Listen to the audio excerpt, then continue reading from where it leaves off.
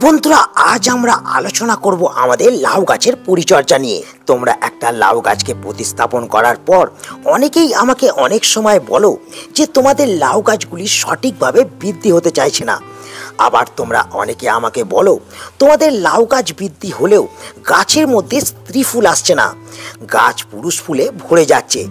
আবার অনেকে তোমরা জানতে চাও তোমাদের লাউ গাছের মধ্যে স্ত্রী ফুল ও ছোট ছোট লাউ ধরলে সেই স্ত্রী ফুল ও ছোট ছোট লাউগুলোকে গাছ থেকে ঝরে পড়ার হাত থেকে কিভাবে তোমরা বাঁচাতে পারবে।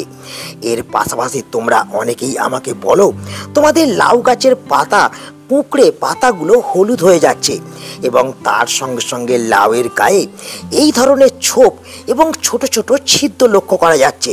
কি করলে গাছকে ও ফলকে তোমরা এই সমস্যার হাত থেকে বাঁচাতে পারবে? তো বন্ধুরা, আজকের এই ভিডিওটাকে তোমরা যদি সম্পূর্ণ মনোযোগ দিয়ে দেখো তাহলে কিন্তু এই সমস্যার সমাধান তোমরা কিন্তু বাড়িতে বসেই করতে পারবে। কারণ বন্ধুরা, আজ আমরা এই ভিডিওতে তোমাদের সঙ্গে আলোচনা করব কোন কোন বিষয়গুলিকে লাউ গাছ প্রতিস্থাপন করার আগে আমাদের খেয়াল রাখতে হবে, কোন কোন পরিচর্যাকে লাউ গাছ প্রতিস্থাপন করার শুরু থেকেই আমাদের আরম্ভ করতে হবে এবং কোন ধরনের খাবারকে প্রয়োগ করলে লাউ গাছ প্রতিস্থাপন করার পর মাত্র 30 দিনের মধ্যেই তোমরা লাউ গাছের মধ্যে প্রচুর পরিমাণে স্ত্রী ফুল এবং লাউকে আনতে পারবে। তো তাই আজ এই সমস্ত গুরুত্বপূর্ণ তথ্যগুলিকে তোমাদের এই ভিডিওতে জানতে এবং বুঝতে হতে গেলে ভিডিওটাকে কিন্তু অবশ্যই তোমাদের শুরু থেকে শেষ পর্যন্ত দেখতে হবে। এবং যারা তোমরা এখনো পর্যন্ত কার্তিক হর্টিকালচারকে সাবস্ক্রাইব করে রাখুনি, চ্যানেলে নতুন, তারা অবশ্যই কিন্তু কার্তিক হর্টিকালচারকে সাবস্ক্রাইব করে রাখবে। বন্ধুরা, লাউ গাছকে প্রতিস্থাপন করার পর আমরা যদি চাই সেই লাউ গাছের মধ্যে মাত্র 30 দিনের মধ্যে প্রচুর পরিমাণে স্ত্রী ফুল এবং লাউকে আনতে, তাহলে আমাদের যে বিষয়টাকে প্রথম মাথায় রাখতে হবে সেটা হলো বন্ধুরা, আমাদের শুরুতেই কিন্তু উন্নত মানের লাউয়ের বীজকে কিন্তু সংগ্রহ করতে হবে। এক্ষেত্রে তোমরা যারা লাউ গাছের বীজকে সংগ্রহ করতে চাইছো তারা কিন্তু এই বিষয়টাকে সর্বপ্রথম মাথায় রাখবে। তোমরা কিন্তু তোমাদের ছাদ বাগানের মধ্যে হাইব্রিড লাউ গাছের বীজকেই কিন্তু রোপণ করবে এবং রোপণ করার ক্ষেত্রে তোমাদের যেটা মাথায় রাখতে হবে সেটা হলো, যারা তোমরা জমির মধ্যে এই লাউ গাছের বীজকে রোপণ করতে চাইছো তারা কিন্তু তোমাদের জমির মধ্যে এই হাইব্রিড প্রজাতির লাউ গাছের বীজগুলোকে তোমরা কিন্তু নিচের দিক থেকে এতটা কিন্তু মাটির নিচে পুঁতে দেবে এবং মাটিটার মধ্যে সঠিকভাবে কিন্তু ময়েশ্চার ভাবকে তোমরা বজায় রাখবে। কিন্তু যারা তোমরা লাউ গাছকে টবের মধ্যে বা বড় কন্টেনারের মধ্যে করতে চাইছো তারা কিন্তু টবের মাটির মধ্যে ডাইরেক্ট কিন্তু এই বীজকে রোপণ করবে না, কারণ টবের মাটির মধ্যে অনেক সময় বীজ কিন্তু নষ্ট হয়ে যায়। তাই তোমরা যেটা করবে তারা কিন্তু বীজগুলোকে তোমরা অন্য একটা জায়গায় কিন্তু জার্মিনেশন প্রথমেই করে নেবে। তো এখানে তোমরা দেখতে পাচ্ছ আমি কিন্তু একটা বাটির মধ্যে আমি কিন্তু একটা ভিজে ন্যাকড়া দিয়ে আমি বেশ কয়েকটা লাউ গাছের বীজকে কিন্তু দিয়ে ছাওয়াযুক্ত জায়গার মধ্যে 4 থেকে 5 দিন কিন্তু রেখে দিয়েছিলাম এবং তার ফলে তোমরা দেখতে পাচ্ছ প্রত্যেকটা লাউ গাছের বীজ থেকে কিন্তু নতুন করে শিকড় বেরোতে আরম্ভ করেছে এবং 2-3টে লাউ গাছের মধ্যে কিন্তু নতুন নতুন পাতাও বেরোচ্ছে। তো বন্ধুরা, এইরকম ভাবে তোমরা কিন্তু একটা বাটির মধ্যে পরিষ্কার ন্যাকড়া বা টিস্যু পেপারকে ভিজিয়ে তোমরা লাউ গাছের বীজগুলোকে যদি ছাওয়াযুক্ত জায়গার মধ্যে 4 থেকে 5 দিন রেখে দিতে পারো তাহলে তোমাদের কিন্তু সেই লাউ গাছের বীজ থেকে নতুন করে কিন্তু চারা তৈরি হয়ে যাবে এবং পরক্ষণে যখন দেখবে তোমাদের সেই বীজ থেকে নতুন নতুন এইরকম শিকড় বেরোতে আরম্ভ করেছে তখন কিন্তু সাবধানে তুলে তোমরা সেই টব বা কন্টেনারের মাটির মধ্যে কিন্তু তোমরা রোপণ করে দেবে। কিন্তু রোপণ করার আগে সব থেকে গুরুত্বপূর্ণ বিষয়টাকে যেটা আমাদের মাথায় রাখতে হবে, আমাদের যে সমস্ত লাউ গাছকে আমরা টব বা কন্টেনারের মধ্যে প্রতিস্থাপন করব সেই সব গাছের জন্য আমরা কিন্তু সব সময় একটা হালকা ঝুরঝুরে মাটিকে কিন্তু তৈরি করব। তো সেক্ষেত্রে আমরা যেটা প্রথমে নেব সেটা হচ্ছে 50% গার্ডেন সয়েল এবং সেই 50% গার্ডেন সয়েলের সাথে সাথে আমরা এখানে নিয়ে নেব, এখানে দেখতে পাচ্ছ 10% বালি।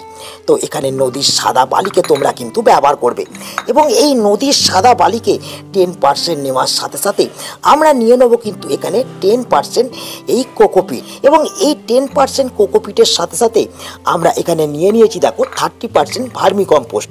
তো এই 30% ভার্মি কম্পোস্টকেও আমাদের কিন্তু মাটির সঙ্গে অ্যাড করতে হবে এবং এই তিনটি উপকরণকে মেশানোর সাথে সাথে আমাদের যেটা করতে হবে, আমাদের কিন্তু প্রত্যেকটা টবের জন্য 1 থেকে 1.5 মুঠো করে আমাদের কিন্তু নিম খোলকে ব্যবহার করতে হবে। তো বন্ধুরা তোমরা দেখতে পাচ্ছ এই বস্তার মধ্যে আমি কিন্তু অলরেডি মাটিকে কিন্তু তৈরি করে রেখেছি এবং মাটিকে তৈরি করে রাখার সাথে সাথে আমি কিন্তু বীজকেও রোপণ করতে আরম্ভ করে দিচ্ছি। দেখো আমি কিন্তু অলরেডি বীজগুলোকে কিন্তু প্রতিস্থাপন করে দিয়েছি এবং আমি এরপর যেটা করব, আমি কিন্তু মাটির মধ্যে কিন্তু সুন্দরভাবে জলকে প্রয়োগ করে দেবো। তো বন্ধুরা এইভাবে বীজকে প্রতিস্থাপন করার পর যখন তোমাদের গাছগুলোর থেকে এইরকম ছোট ছোট পাতা ওপরের দিকে বৃদ্ধি হতে শুরু হবে, তখনই কিন্তু আমাদের গাছের পরিচর্যাকে শুরু করে দিতে হবে।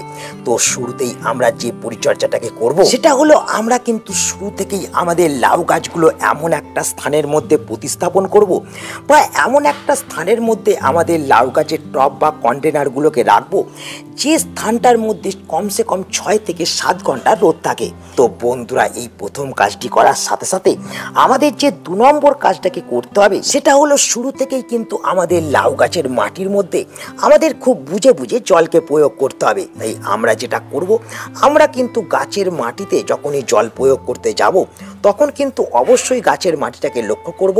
যদি আমরা দেখি গাছের মাটি ময়েশ্চার থেকে ভিজে ভিজে আছে, তাহলে কখনোই জল প্রয়োগ করব না, বা যখন দেখব ময়েশ্চার থেকে একটু শুকিয়ে এসছে তখনই গিয়ে আমরা লাউ গাছের মাটিতে ভরে কিন্তু জল প্রয়োগ করে দেবো। তো বন্ধুরা এই দ্বিতীয় কাজটির সাথে সাথে এরপর যে 3 নম্বর কাজটাকে আমাদের করতে হবে সেটা হলো বন্ধুরা আমাদের লাউ গাছের কাটাই ছাঁটাই। তো আমরা যখন দেখব লাউ গাছের মধ্যে প্রথম 6 থেকে 7টা পাতা এসেছে, তখনই কিন্তু আমরা লাউ গাছের ডগাগুলোকে কিন্তু এইভাবে প্রথম পিঞ্চ করে দেবো। এইভাবে প্রথম পিঞ্চ করলে এই কাটা অংশ থেকে আবার কিন্তু নতুন ডালপালা আসবে এবং সেই ডালপালা থেকেই কিন্তু তোমরা স্ত্রী ফুলকে আনতে পারবে। কিন্তু বন্ধুরা শুধুমাত্র এই কাটাই ছাঁটাইকে করলেই যে আমাদের লাউ গাছের মধ্যে স্ত্রী ফুল আসবে সেটা কিন্তু একেবারেই নয়, কারণ আমাদের লাউ গাছের মধ্যে এই কাটাই ছাঁটাই করার পাশাপাশি সঠিক খাবারকেও প্রোভাইড করতে হবে। তো কোন খাবারকে প্রয়োগ করে আমরা আমাদের লাউ গাছের মধ্যে মাত্র 30 দিনে প্রচুর পরিমাণে স্ত্রী ফুল ও লাউকে আনতে পারবো, তো চলো সেটা এবার আমরা দেখে নিই। তো বন্ধুরা এই যে খাবারটাকে তোমরা দেখতে পাচ্ছ, এই খাবারটাই হচ্ছে সেই খাবার যে খাবারকে প্রয়োগ করলে আমরা আমাদের লাউ গাছের মধ্যে মাত্র 30 দিনে প্রচুর পরিমাণে স্ত্রী ফুল এবং লাউকে আনতে পারবো। বন্ধুরা আমাদের লাউ গাছের জন্য এই ঘরোয়া তরল খাবারটাকে তৈরি করার জন্য আমাদের প্রথম যে জিনিসটা লাগবে সেটা হলো একটা পাত্র। তোমরা দেখতে পাচ্ছ আমি এখানে একটা খালি পাত্র প্রথমেই নিয়ে নিয়েছি এবং এই পাত্রের মধ্যে আমাদের যে জিনিসটাকে এরপর প্রথম দিতে হবে সেটা হলো বন্ধুরা এটা। তোমরা দেখতে পাচ্ছ আমি এখানে কিন্তু একটা মাঝারি সাইজের কলাকে নিয়ে নিয়েছি। তো আমরা সকলেই জানি এই কলা কিন্তু প্রচুর পরিমাণে পটাশিয়ামের একটা সোর্স। তাই আমরা যেটা করব, আমরা কিন্তু শুরু থেকেই আমরা কিন্তু লাউ গাছের মধ্যে এই কলাকে কিন্তু অবশ্যই ব্যবহার করব। তো কিভাবে আমরা ব্যবহার করব, আমরা প্রথমেই কিন্তু এই কলার খোসাটাকে কিন্তু ছাড়িয়ে নিচ্ছি। তোমরা দেখতে পাচ্ছ এই কলার খোসাটাকে তোমরা কিন্তু অন্য একটা দ্রবণ তৈরি করার কাজে ব্যবহার করতে পারো, কিন্তু এই দ্রবণের ক্ষেত্রে আমাদের কিন্তু এই কলাকে নিয়ে নিতে হবে এবং কলাকে নেওয়ার পর ছোট ছোট করে কলাটাকে কিন্তু একটুখানি কেটে নিতে হবে। তো দেখতে পাচ্ছ আমি কলাগুলোকে কেটে দিয়েছি এবং এই কলার মধ্যে আমাদের এরপর যে 2 নম্বর উপকরণটাকে নিতে হবে সেটা হলো বন্ধুরা এই চাল ধোয়া জল। তো আমরা যেটা করব, এই কলার মধ্যে আমরা কিন্তু 500 ml প্রথমেই এই চাল ধোয়া জলকে কিন্তু ব্যবহার করে দেবো এবং চাল ধোয়া জলটা দেওয়ার পর আমাদের যে 3 নম্বর উপকরণটা এই খাবারটাকে তৈরি করার জন্য লাগবে সেটা হলো বন্ধুরা এই পেঁয়াজের খোসা। তো এখানে তোমরা দেখতে পাচ্ছ আমি 5টা বড় বড় সাইজের পেঁয়াজের খোসাকে কিন্তু নিয়ে নিয়েছি। তো এই পেঁয়াজের খোসাকেও কিন্তু দেখো আমি এই জলের মধ্যে কিন্তু দিয়ে দিচ্ছি এবং এই যে উপকরণগুলোকে দিয়ে আমি এই দ্রবণটা তৈরি করছি, এই দ্রবণটা তৈরি হওয়ার জন্য আমাদের কিন্তু 4 থেকে 5 ঘন্টা ছাওয়াযুক্ত জায়গার মধ্যে রেখে দিতে হবে। বন্ধুরা তোমরা দেখতে পাচ্ছ আমি ফিরে চলে এসেছি কিন্তু 4 ঘন্টা পর এবং 4 ঘন্টার মধ্যে তোমরা দেখতে পাচ্ছ এই দ্রবণের কালারটা কিন্তু সম্পূর্ণ পরিবর্তন হয়ে গেছে। তো যখন তোমরা দেখবে তোমাদের এই দ্রবণটার রং এই রকম একটু লালচে বর্ণের হয়ে গেছে, তখন কিন্তু তোমরা যেটা করবে দ্রবণটাকে একটা অন্য পাত্রের মধ্যে কিন্তু প্রথম ছেঁকে নেবে। এক্ষেত্রে তোমরা দেখতে পাচ্ছ আমি একটা পাত্র নিয়েছি এবং ছাঁকনির সাহায্যে আমি কিন্তু সুন্দর করে ছেঁকে নিচ্ছি। দেখতে পাচ্ছ আমি দ্রবণটাকে ছেঁকে নিলাম এবং এই 500 ml দ্রবণের সাথে আমি যেটা করব, আমি কিন্তু আরও 500 ml জল মিশিয়ে 1 লিটার কিন্তু তৈরি করে নেব। এবং এই 1 লিটার দ্রবণের মধ্যে এরপর যে প্রথম উপকরণটাকে আমাদের মেশাতে হবে সেটা হলো বন্ধুরা এই 2 টাকা দামের কফির পাউচ। দেখতে পাচ্ছ আমি কিন্তু একটা ছোট্ট কফির প্যাকেটকে নিয়ে নিয়েছি, যার মধ্যে হাফ চামচ কিন্তু কফি আছে। তো বন্ধুরা এই হাফ চামচ কফিকে আমাদের এই 1 লিটার দ্রবণের মধ্যে কিন্তু সম্পূর্ণ মিশিয়ে দিতে হবে। এবং এই কফিকে মেশানোর পর যে দ্বিতীয় উপকরণটাকে আমাদের মেশাতে হবে সেটা হলো বন্ধুরা এই টারমারিক পাউডার বা হলুদ গুঁড়ো। তো বন্ধুরা এই হলুদ গুঁড়োকে যদি আমরা এই দ্রবণটার সঙ্গে মেশাতে পারি তাহলে এই দ্রবণটা আমাদের গাছ কিন্তু সহজে ইনটেক করতে পারবে। এবং এই দ্রবণটা ব্যবহার করলে আমরা গাছের মাটি থেকে সমস্ত ধরনের পোকামাকড়, ব্যাকটেরিয়া, ফাঙ্গাসকেও কিন্তু ধ্বংস করতে পারবো। তো দেখতে পাচ্ছ আমি কিন্তু এই দ্রবণটার মধ্যে 1 চামচ হলুদ গুঁড়োকে মিশিয়ে দিচ্ছি এবং এই যে দ্রবণটা আমরা তৈরি করলাম এই ঘরোয়া দ্রবণটাকে আমরা কিন্তু এবার গাছের মধ্যে প্রয়োগ করতে পারবো। তো বন্ধুরা এই ঘরোয়া তরল খাবারটাকে আমাদের লাউ গাছের মধ্যে প্রয়োগ করতে হতে গেলে যখন আমরা দেখব লাউ গাছের মাটি একটু শুকনো শুকনো হয়ে গেছে, তখন কিন্তু লাউ গাছের মাটিটাকে আমরা চারিপাশটা ভালো করে খুশে নেব। খুশে নিয়ে কিন্তু আমরা এই খাবারটাকে ব্যবহার করে দেবো। এবং তার সঙ্গে সঙ্গে আর একটা যে বিষয় আমাদের মাথায় রাখতে হবে সেটা হলো এই খাবারটা প্রয়োগ করার 2 দিন আগে আমাদের কোনো ধরনের রাসায়নিক সারকে ব্যবহার করা চলবে না। আর এই খাবারটাকে আমাদের কিন্তু প্রত্যেক 15 দিন অন্তর অন্তর কিন্তু ব্যবহার অবশ্যই করতে হবে। তো বন্ধুরা এই কন্টেনারের মধ্যে কিন্তু আমার 4টে লাউ গাছ আছে এবং 4টে লাউ গাছের জন্য আমি কিন্তু প্রয়োজন অনুযায়ী ব্যবহার করব। অতিরিক্ত পরিমাণে কিন্তু এই সার ব্যবহার করা চলবে না। তাই আমার এই কন্টেনারটা যেহেতু একটা 16 ইঞ্চির কন্টেনার, তাই আমি যেটা করব এই কন্টেনারটার মধ্যে কিন্তু আমি 300 ml খাবারকে প্রয়োগ করব। তোমরা দেখতে পাচ্ছ আমি খাবারটাকে কিন্তু প্রয়োগ করে দিচ্ছি এবং এই খাবারটাকে কিন্তু আমাদের প্রয়োগ করতে হবে সকালবেলায়, বিকালবেলায় বা মেঘলা ওয়েদারের সময় আমাদের এই খাবারটা গাছের মাটিতে কখনোই ব্যবহার করা চলবে না। কিন্তু বন্ধুরা শুধুমাত্র গাছের মধ্যে কিন্তু খাবার প্রয়োগ করলেই আমাদের হবে না। শুরু থেকে আমরা যদি আমাদের গাছগুলোকে রোগ পোকার হাত থেকে বাঁচাতে না পারি তাহলেও কিন্তু আমাদের গাছের মধ্যে আমরা কিন্তু সঠিক সময় ফুল এবং ফলকে কিন্তু আনতে পারবো না। চলো এবার আমরা 6 নম্বর টিপসে জেনে নিই কোন ধরনের ঘরোয়া কীটনাশককে আমরা লাউ গাছের মধ্যে শুরু থেকে ব্যবহার করলে আমাদের লাউ গাছের পাতা কুঁকড়ে যাওয়া, পাতা হলুদ হয়ে যাওয়া সমস্যাকে যেমন দূর করতে পারবো, তেমন লাউয়ের মধ্যে যে এই ধরনের ছোপ লক্ষ্য করা যায় বা লাউয়ের মধ্যে যে ছোট ছোট ছিদ্র লক্ষ্য করা যায়, লাউয়ের মধ্যে যে পোকা ধরতে আরম্ভ করে সেই পোকাকেও আমরা সহজে দূর করতে পারবো। বন্ধুরা আমাদের লাউ গাছের মধ্যে শুরু থেকে সমস্ত ধরনের রোগ পোকাকে দূর করার জন্য আমরা যে কীটনাশকটাকে ব্যবহার করব সেই কীটনাশকটা হলো বন্ধুরা এটা। আর এই কীটনাশকটাকে তৈরি করার জন্য আমাদের প্রথম যে জিনিসটা লাগবে সেটা হলো জল। তোমরা দেখতে পাচ্ছ আমি একটা পাত্রের মধ্যে 1 লিটার প্রথম জলকে নিয়ে নিয়েছি। তোমরাও কিন্তু 1 লিটার জলকে ব্যবহার করবে এবং এই 1 লিটার জলের মধ্যে প্রথম যে উপকরণটাকে আমাদের মেশাতে হবে সেটা হলো বন্ধুরা বেকিং সোডা। এক্ষেত্রে তোমরা খাবার সোডাকেও কিন্তু ব্যবহার করতে পারো, কিন্তু ভুলেও তোমরা বেকিং পাউডারকে কিন্তু এক্ষেত্রে ব্যবহার করবে না।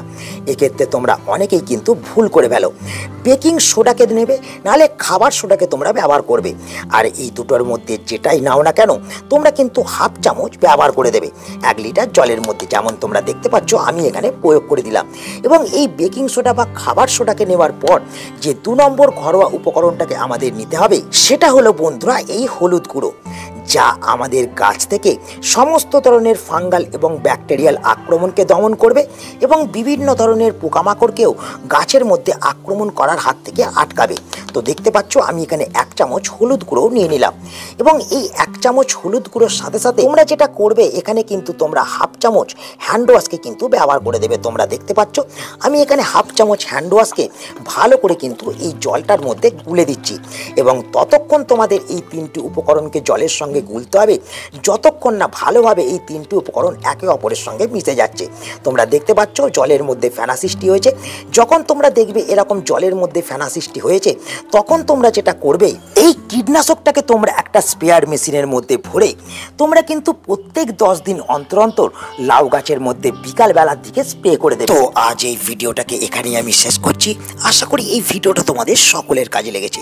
যদি ভিডিওটা ভালো লাগে তাহলে অবশ্যই কিন্তু ভিডিওটাকে আজকে একটা লাইক করে দেবে, তোমাদের বন্ধুদের কাছে শেয়ার করে দেবে, এবং যারা তোমরা নতুন বন্ধু কার্তিক হর্টিকালচারে প্রথম, তারা অবশ্যই কিন্তু চ্যানেলটা সাবস্ক্রাইব করে রাখবে।